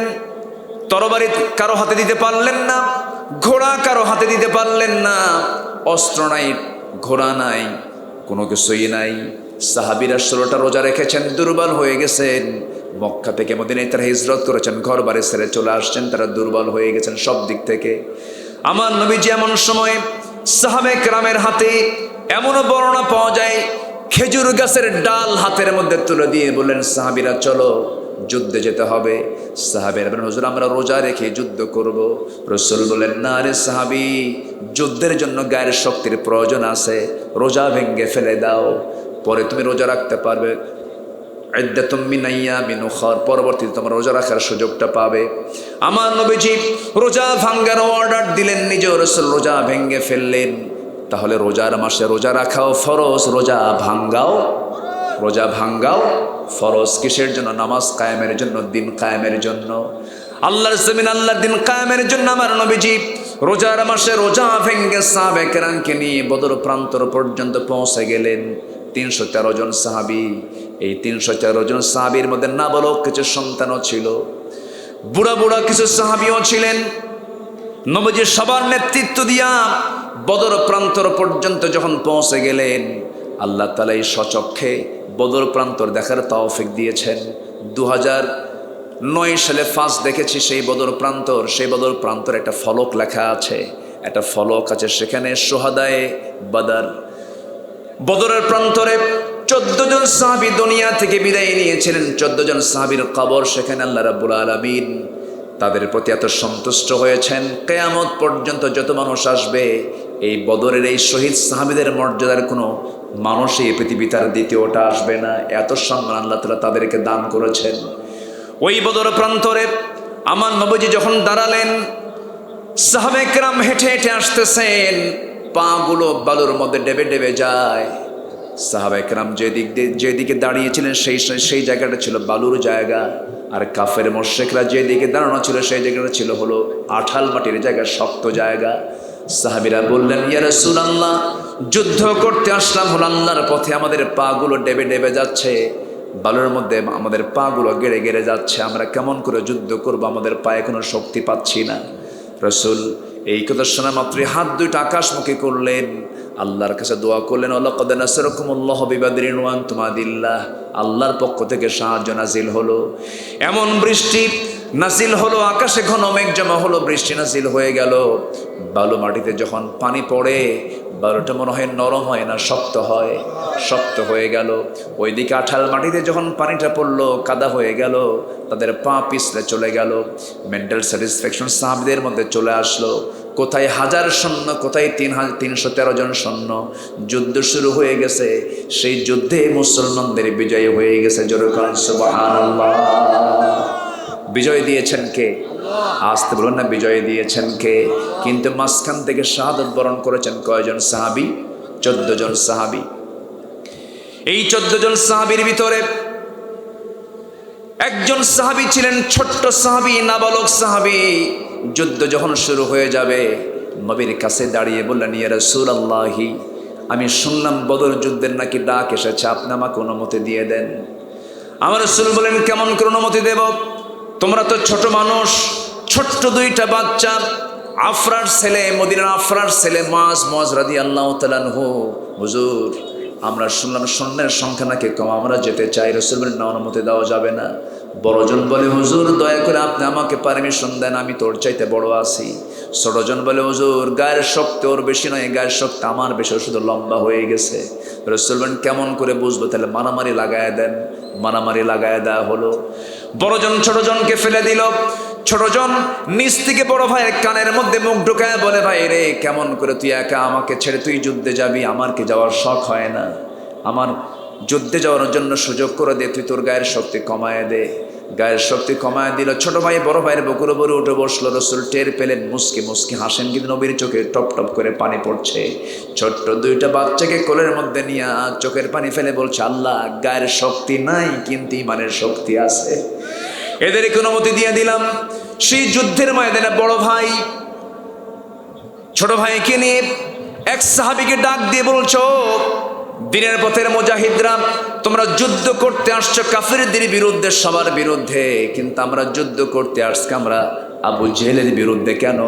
আমরা শুনেছি আবু জেহেল নাকি রাসূলকে সবচেয়ে বেশি কষ্ট দিত। কি মোহাব্বত ছিল নবীর প্রতি, কি মোহাব্বত ছিল রাসূলের প্রতি। সঙ্গে সঙ্গে একজন সাহাবী বলছে, ওই যে ঘোড়ার পিঠে বসে আছে ওটাই হলো কাফিরদের লিডার আবু জেহেল।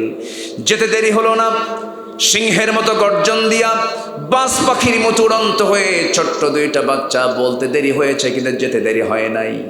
আবু জেহেল ঘোড়ার পিঠে দুই দিকে পা ছেড়ে দিয়ে সে বসে আছে। ছোট্ট দুইটা বাচ্চা দুই পাশে দাঁড়ায় গেছে, টের পায় না এটা কোন গ্রুপের সদস্য। ছোট্ট তরবারি নিয়ে দুইজন একসঙ্গে সজোরে প্ল্যান করে দুজন ভাই দুটো তরবারি দিয়ে আবু জেহেলের দুই পা আঘাত করেছে। ওই যে আঘাত করেছে আবু জেহেল, ওই যে ধরাশয়ী হয়ে জমিনে পড়ে গেছে। কোমর সোজা করে আর আবু জেহেল কখনো দাঁড়াতে পারে নাই। আমার বন্ধুগণ, ফলাফলে কি হলো? বড় ভাই মাসকে তারা অ্যাটাক করে ফেললো। দূর থেকে একজন কাফের এসে তারা ডান হাতে মেরে দিল। তরবারি ছিটকে পড়ে গেছে, বাম হাতে তরবারি তুলে নিয়েছেন, বাম হাতে যুদ্ধ চালায় যাচ্ছেন। ডান হাতটা ঝুলতেছে চামড়ার সাথে, সঙ্গে সঙ্গে ডিস্টার্ব হচ্ছে মনে করে বাম পায়ের নিচে হাতটা রেখে এত জোরে টান মারেন হাতটা ছিটকে পড়ে গেছে। বাম হাতে যুদ্ধ চালালেন। বাম হাতে যুদ্ধ করতে করতে আরেকজন কাফের এসে বাম হাতে মেরে দিয়েছে, বাম হাতও ছিটকে পড়ে গেল। এখন দুই হাত নাই, যুদ্ধ করবেন কেমনে? অসহায়ের মতো সামনে দাঁড়ায় আছে। এমন সময় একজন কাফের এসে তরবারির আঘাত করলো, মস্তকটা ছিটকে পড়ে গেল। ছোট্ট 13 বছরের ফুটন্ত গোলাপ দুনিয়া থেকে বিদায় হয়ে গোটা বিশ্ববাসীকে জানিয়ে দিল, দুনিয়ার মুসলমান রমজান মাস আল্লাহর দিনকে বিজয়ী করার জন্য এমন করে হাসি মুখে জীবনটা দিয়ে দিতে হয়। জোরে কোন সুবহানাল্লাহ। রমজান বারবার আমার মাঝে আসে, আপনার মাঝে আসে, আমাদের মাঝে বারবার রমজান ফিরে পাই, কিন্তু বদরের চেতনা আমরা লালন করতে পারলাম না, মক্কা বিজয়ের চেতনা লালন করতে পারলাম না। আজকে আমার দেশে যদি নামাজ কায়েম থাকতো, আমার দেশে যদি আল্লাহর দিন কায়েম থাকতো, আজকে জেলখানায় আলেমদের থাকা লাগতো না। আজকে সমাজের চোররা হয়ে গেছে সমাজের নেতা। যখন লক্ষ্য করবেন সমাজের নেতৃত্ব দিচ্ছে মূর্খরা, আর যখন দেখবেন আলেমরা জ্ঞানী মানুষ পালাচ্ছে, তখন ভাবতে হবে কিয়ামত দূরে না কাছে, কিয়ামত দূরে না কাছে। সে লক্ষণগুলো আমরা লক্ষ্য করছি। আল্লাহ তাআলা এই ক্রান্তিকালে, এই ক্রাইসিস পিরিয়ডে আমাদের মজবুত ঈমান নিয়ে দিন কায়েমের সংগ্রামে সবাইকে সচেতন থাকার তৌফিক দান করুন। জোরে বলি আমিন, আরো জোরে আল্লাহুম্মা আমিন। সম্মানিত ভাইয়েরা, আমি নিজেও তো বুঝতে পারছি প্রচণ্ড গরম, একটা ব্যবসা গরম উঠেছে, টিকে থাকাটাই কঠিন হয়ে পড়ছে। আমি কোন সূরা থেকে যেন বলছিলাম, কথা বলেন তো? লোকমান থেকে। লোকমান তার সন্তানকে নসিহত করেছেন কয়টা? 13টা। এর মধ্যে আমি 2টা কেবল বলেছি। একটা হচ্ছে শিরিক করো না, আমার কলিজার টুকরা সন্তান, পিতামাতার সঙ্গে সুন্দর আচরণ করো। নাম্বার 3 হলো তুমি নামাজ কায়েম করো। নামাজ কি করো? কায়েম করো। তাহলে আমাদের সন্তানদেরকে নামাজ কায়েমের যে আন্দোলন করা দরকার, এই ব্যাপারে আমাদের সন্তানদেরকে নসিহত করার দরকার আছে না নাই? আছে। আমার বন্ধুগণ,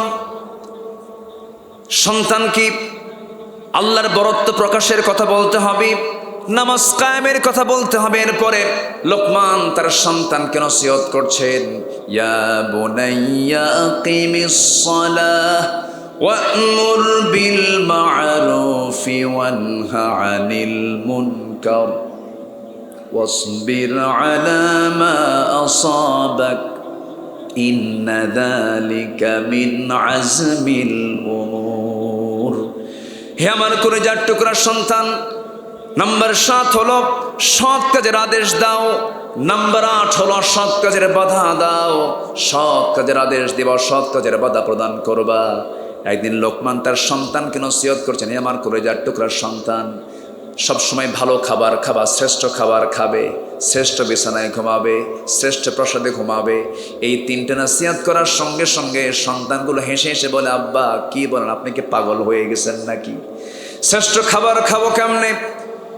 আমরা তো দিন আনি দিন খাই, ভালো খাবার খাওয়ার আমাদের কোনো সুযোগ নাই। শ্রেষ্ঠ বিছানায় ঘুমাবো কেমনে? এই কুটির ঘরে থেকে আমরা শ্রেষ্ঠ বিছানায় কেমন করে ঘুমাবো? হে আমার আব্বা, আপনি যে বলছেন শ্রেষ্ঠ প্রাসাদ অবস্থান করবো, আমাদের এই কুটির ঘর ছাড়া কোনো ঘর নাই। আপনার কথার হেকমত আমরা বুঝলাম না। সঙ্গে সঙ্গে লোকমান বলছেন, কলিজার টুকরার সন্তান, শ্রেষ্ঠ খাবার মানে আমি তোমাকে বোঝাচ্ছি। শ্রেষ্ঠ খাবার তুমি এটাকে শ্রেষ্ঠ খাবার মনে করবে। ক্ষুধা পেট ছাড়া খাবে না, ক্ষুধা পেটে খাবে, ক্ষুধা পেটে উঠবে, মনে হবে এটাই তোমার পৃথিবীর শ্রেষ্ঠ খাবার। যেরকম সুবহানাল্লাহ। নাম্বার 2, শ্রেষ্ঠ বিছানায় ঘুমাবি। হে আমার কলিজার টুকরার সন্তান, পরিশ্রম ছাড়া থাকবে না। পরিশ্রম শরীরে ঘুমাতে যাবে, পরিশ্রম করে যখন ঘুমাতে যাবে সেই সময় তোমার ঘুমটা হবে শ্রেষ্ঠ ঘুম হবে। পরিশ্রম যত বেশি করবে তোমার ঘুমের পরিমাণটা তত তৃপ্তিমতো হবে। পরিশ্রমী শরীরের বিছানা লাগে না, তার এমনি আপনা আপনি ঘুম হয়ে যায়। কি সুন্দর করে কথা বলছেন লোকমান তার সন্তানকে। নাম্বার 3 হলো শ্রেষ্ঠ প্রাসাদ অবস্থান করবে, মানে হলো মানুষের মনের জগৎকে তুমি বিজয় করবে। মনের প্রাসাদ হলো বড় প্রাসাদ। মনের প্রাসাদকে যারা বিজয় করতে পেরেছে তারাই হলো সবচাইতে বড় রাজা। যেরকম সুবহানাল্লাহ। সাইয়েদনা লোকমান এমন করে সন্তানদেরকে নসিহত করেছেন। নাম্বার 9 হলো, হে আমার কলিজার টুকরার সন্তান, ওয়াসবির আলা মা আসাবাক। আইয়ুব আলাইহিস সালাতু ওয়াস সালাম রোগে আক্রান্ত হয়ে পড়েছিলেন। আল্লাহ তাআলা তাকে ধৈর্যের পরীক্ষায় তাকে উত্তীর্ণ করেছেন। ইউনূস আলাইহিস সালাতু ওয়াস সালাম বিপদে ধৈর্যের পরিচয় দিয়েছেন। মাছের পেট থেকে আল্লাহ তাআলা তাকে রেহাই দিয়েছেন। বিপদে ধৈর্যের পরীক্ষা তুমি দিবা, হে আমার কলিজার টুকরার সন্তান। এরপরে বলছেন, ওয়ালা তুসআইল খাদ্দাকা লিন-নাস ওয়ালা তামশি ফিল আরদি মারাহা। হে আমার কলিজার টুকরার সন্তান, অহংকার করবে না। অহংকার হলো জাহান্নামী বান্দার লক্ষণ। অহংকার করার একমাত্র যোগ্যতা কার? অহংকার করার একমাত্র যোগ্যতা কার? আজকের সমাজে অহংকারী আছে না নাই? ক্ষমতার অহংকার, টাকার অহংকার, নেতৃত্বের অহংকার। এই অহংকার টিকবে না, এই অহংকার টিকসই হতে পারে না। অহংকারের পতন আছে না নাই? আচ্ছা, হে আমার কলিজার টুকরার সন্তান, অহংকার করো না। নাম্বার 11 হলো, দম্ভ ভরে জমিনে চলো না। জমিনে মনে করো না আমি কি হলুরে, এরকম আচরণ করে ওলা তামশি ফিল আরদি মারাহা, জমিনে চলাফেরা করো না। মানুষকে এড়িয়ে চলো না, মানুষকে আন্ডার এস্টিমেট করো না।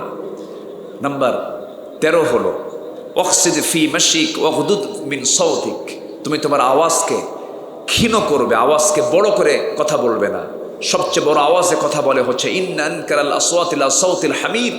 সবচেয়ে বড় আওয়াজ হচ্ছে গাধার আওয়াজ। গাধার আওয়াজ কি মিষ্ট হয়?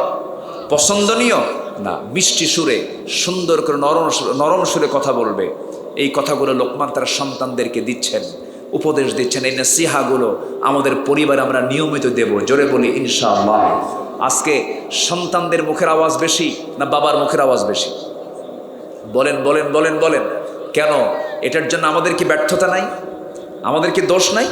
আমাদেরও দোষ আছে। আমরা সন্তানদেরকে সেই নসিহাগুলো দেই না। এই জন্য আল্লাহ তাআলা বলছেন, তোমরা লোকমানের মতো বাপ হও, দাউদের মতো পরিশ্রমী হও, মারিয়ামের মতো ধৈর্যশীল হও, রহিমার মতো প্রতিভক্ত হও, আয়েশার মতো শিক্ষিত হও, খাদিজার মতো নবীভক্ত হও, সুলাইমানের মতো ন্যায়বান শাসক হও, মুসার মতো সাহসী হয়ে যাও, নূহের মতো ধৈর্যশীল দায়ী হও, ইউনুসের মতো বিপদে অধিক জাকির হও, অসুস্থকে নিয়ামত মনে করো, আদমের মতো পারিবারিক রক্ষণশীল হও, ইউসুফের মতো পবিত্র হও, আসিয়ার মতো হকের পক্ষে অনড় থাকো, আবু বকরের মতো দৃঢ়চেতা হও, ওমরের মতো সাহসী হও, ওসমানের মতো দানশীল হও, আলীর মতো লড়াকু সৈনিকের মতো বীর ভূমিকা পালন করো, বাতিল শক্তির মোকাবেলা করো। বিজয় দিবেন কে? আল্লাহ তাআলা। আমাদের সব এক্সাম্পল আমাদের সামনে রেখে দিয়েছেন তিনি কে? আল্লাহ তাআলা। আসিয়ার মতো নারী যদি আজকের সমাজে থাকতো, সমাজটা জান্নাতের টুকরা হয়ে যেত। আসিয়া জীবন দিয়েছেন কার পথে? তার কাছে স্বামী বড় না আল্লাহ বড়? বলেন, তার কাছে দুনিয়া বড় না আল্লাহ বড়? আসিয়া কি এমন স্বামী পেয়েছিলেন যে স্বামী কি ফকির না দেশের প্রধান? দেশের প্রধান। আসিয়ার স্বামী ছিল রাষ্ট্রপ্রধান। তিনি রাষ্ট্রপ্রধানের বইয়ের সম্মান ছেড়ে দিয়ে কাকে ধরেছেন? আল্লাহকে ধরেছেন। আজকের মাহফিলে যে সমস্ত মারা এসেছেন, আসিয়ার মতো ভূমিকা আপনি পালন করবেন, ইমানটাকে অটুট রাখবেন। আসিয়া আলাইহিস সালাতু ওয়াস সালাম যখন দ্বীনটা গ্রহণ করেছেন, ইমানটা যখন গ্রহণ করেছেন, সঙ্গে সঙ্গে ফেরাউন বলল, আসিয়া আমি কি তোমাকে ভাত কাপড় চোপড় কম দেই? না। আমি কি তোমাকে সম্মান কম দিয়েছি? না। তুমি আমার রাষ্ট্রের 2 নম্বর নাগরিক, আমি হলাম এদেশের রাষ্ট্রপতি, তুমি হলে তার বিশেষ রাষ্ট্রপতি। তুমি আমার কথা বাদ দিয়ে তুমি মুসার দিন কেন গ্রহণ করলা? আসিয়া বলছেন, আমার স্বামী, আমি তো মুসার দিন গ্রহণ করি নাই, আমি আল্লাহর দিন গ্রহণ করেছি। যেরকম সুবহানাল্লাহ। শেষ পর্যন্ত আসিয়া বলে ফেললো, আমার স্বামী আপনি কি করবেন বলেন? তুমি কি জানো আমি তোমাকে দুনিয়া থেকে বিদায় করার প্ল্যান করছি, যদি না দিন ছেড়ে দাও। আসিয়া মুস্কে হাসি মেরে বলছেন, আমি জান্নাতে যাওয়ার প্ল্যান করছি। যেরকম সুবহানাল্লাহ। আমি জান্নাত যেতে চাই, আপনি আমাকে শাস্তির মাত্রা যত বাড়ায়া দিবেন, আপনি দেখতে পাবেন আমার ইমানের মাত্রা তত বেশি বেড়ে গেছে। যেরকম সুবহানাল্লাহ। শেষ পর্যন্ত আসিয়া আলাইহিস সালাতু ওয়াস সালামকে পাকড়াও করে ফেলা হলো। আসিয়া সম্পর্ক গড়লেন কার সাথে? আসতে বলবেন না, কার সাথে? আল্লাহর সাথে। আমার বন্ধুগণ, আসিয়া আলাইহিস সালাতু ওয়াস সালাম শেষ পর্যন্ত ইমানটাকে ধরে রাখতে গিয়ে স্বামীকে হারালেন, সন্তানগুলোকে হারিয়ে ফেললেন, তার সমস্ত সম্মানজনক পদ, দুনিয়ার সমস্ত কিছু সম্মানজনক পদ হারিয়ে ফেললেন। ফেরাউন আসিয়াকে লক্ষ্য করে বলছে, আসিয়া শোনো, এখনো সময় আছে, কি করবে বলো? আসিয়া বলছেন, আমার প্রতি অত্যাচার যত বাড়বে আমার ইমান তত পাকা হয়ে যাবে। শেষ পর্যন্ত জল্লাদ প্রস্তুত করা হলো, জল্লাদ সামনে হাজির করা হলো, বলা হলো, আসিয়া তুমি শোনো, এই যে জল্লাদ তোমার সামনে হাজির করলাম, তোমাকে 2 টুকরা করে দুনিয়া থেকে বিদায় করে দেবে। আসিয়া বলছেন, স্বামী আমার, আমি কোনোদিন আপনার সঙ্গে খারাপ আচরণ করি নাই, আপনি আমার স্বামী হন, আমি আপনাকে সম্মান করি, কিন্তু আজকে আপনি আমাকে যে কারণে দুনিয়া থেকে বিদায় করে দিচ্ছেন, এতে আমার কোনো দুঃখ নাই। আপনি কি ভাবছেন তা জানি না, আমার কোনো মনক্ষুণ্ণতা নেই, কারণ আমি আমার নাকের মধ্যে জান্নাতের ঘ্রাণ পেতেছি। জোরে কোন সুবহানাল্লাহ। শেষ পর্যন্ত আসিয়া আলাইহিস সালাতু ওয়াস সালাম অনড় থাকলেন, ইমানটাকে মজবুত করে রাখলেন। শেষ পর্যন্ত তার সামনে জল্লাদ হাজির হয়ে গেল। জল্লাদ হাজির হয়ে যখন তার সামনে করাত চানিয়ে তখন মাথার কাছে যখন না হলো, আসিয়া আলাইহিস সালাতু ওয়াস সালাম আল্লাহকে এত কাছে টেনেছেন যে সেই সময়ের সঙ্গে সঙ্গে দুহাত উঁচু করলেন আসমান দিকে, একটা দোয়া করলেন। সেই দোয়া আল্লাহ রাব্বুল আলামিন এত সুন্দর করে পছন্দ করলেন। আল্লাহ রাব্বুল আলামিন সেই দোয়াটা হুবহু কোরআনের মধ্যে উল্লেখ করে বললেন। কি দোয়া তিনি করেছিলেন?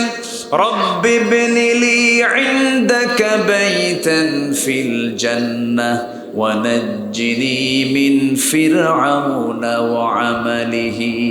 আল্লাহ তুমি আমার জন্য বানায় দাও তোমার কাছে ছোট্ট একটা ঘর, তুমি আমাকে দিবা ফিল জান্নাহ, জান্নাতের মধ্যে। আমি বেশি ঘর চাই না, একটা জান্নাত। আমি চাই না জান্নাতের মধ্যে একটা ঘর তুমি আমাকে বানায় দিবা, তবে সেই ঘরটা হওয়া চাই আল্লাহ তোমার ঘরের দেওয়ালের সাথে। জোরে কোন সুবহানাল্লাহ। দুনিয়া থেকে বিদায় নিয়েছেন, কিন্তু ইমান থেকে এক চুল পরিমাণ নড়েন নাই। আমার ইমানটাকে মজবুত রাখবো, জোরে বলে ইনশাআল্লাহ। সবাইকে ফজর পড়বেন, সবাইকে ফজর পড়বেন।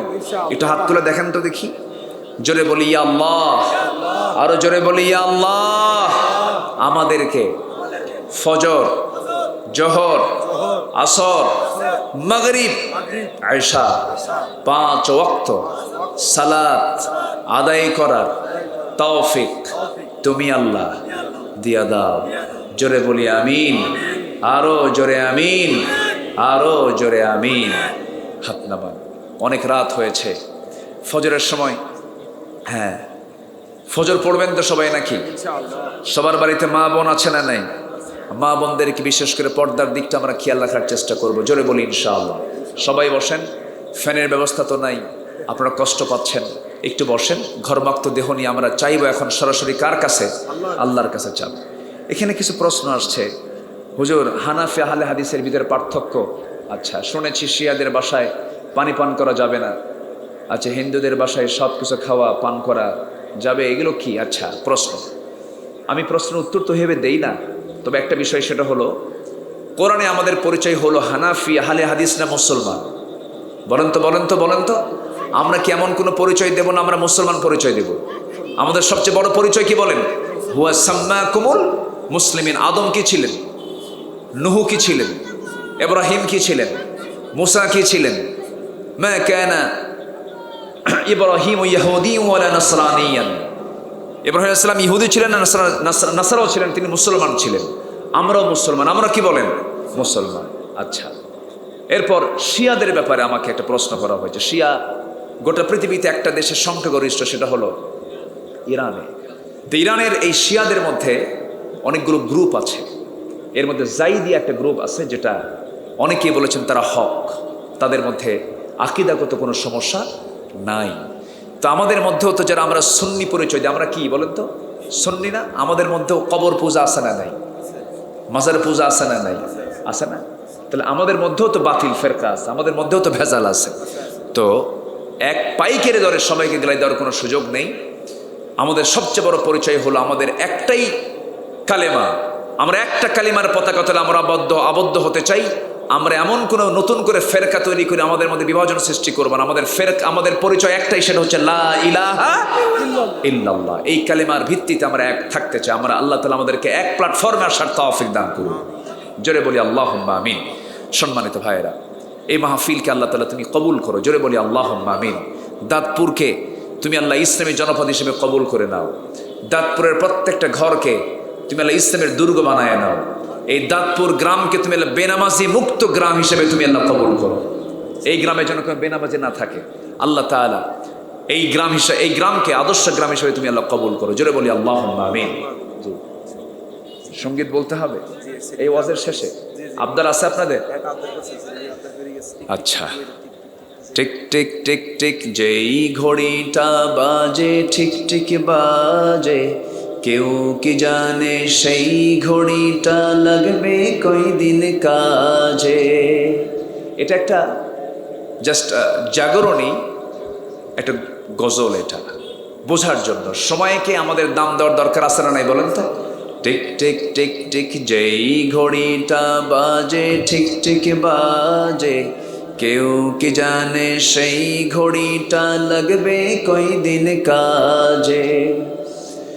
ঝক ঝক ফক ফক করে যতদিন ঘড়ির চেহারা, ততদিন তারে কিনতে চাই যে খরিদ্দারেরা। সময় মতো সময় দিলে সবখানে বিরাজে, কেউ কি জানে সেই ঘড়িটা লাগবে কয়দিন কাজে। টিক টিক টিক টিক যেই ঘড়িটা বাজে, ঠিক ঠিক বাজে, কেউ কি জানে সেই ঘড়িটা লাগবে কয়দিন কাজে। ঝকঝক তক তক জীবন ঘড়ি করে যতদিন, দাম থাকে তার সবার মাঝে বন্ধু ততদিন। মনের মাধুরী মিশিয়ে সাজায় নানান সাজে, কেউ কি জানে সেই ঘড়িটা লাগবে কয়দিন কাজে। যায় যায় যায় যায় দিন চলে যায়, কোরআন পড়লাম না, কত নভেল নাটক দেখলাম, হাদিস বুঝলাম না। ঠিক কিনা? যায় যায় যায় যায় দিন চলে যায়, কোরআন পড়লাম না, কত নভেল নাটক দেখলাম, হাদিস পড়লাম না। খাইলাম দাইলাম ঘুরলাম শুধু এই দুনিয়ার মাঝে, কেউ কি জানে সেই ঘড়িটা লাগবে কয়দিন কাজে। টিক টিক টিক টিক যেই ঘড়িটা বাজে, ঠিক ঠিক বাজে, কেউ কি জানে সেই ঘড়িটা লাগবে কয়দিন কাজে। কেউ তো মারহাবা বললেন না, কিছু বললেন? জি, আসেন আমরা আল্লাহর কাছে চাবো, আল্লাহ যেন আমাদেরকে মাফ করে দেন। সবাই বলে সুবহানাকাল্লাহুম্মা ওয়া বিহামদিকা আশহাদু আল্লা ইলাহা ইল্লা আনতা আস্তাগফিরুকা ওয়া আতুবু ইলাইকা। চিৎকার মেরে বলি, ইয়া আল্লাহ, আমার জীবনের সাগীরা কবীরা, ছোট বড় সব গুনাহ তুমি আল্লাহ মাফ করে দাও। জোরে বলুন, ইয়া রাব্বাল আলামিন।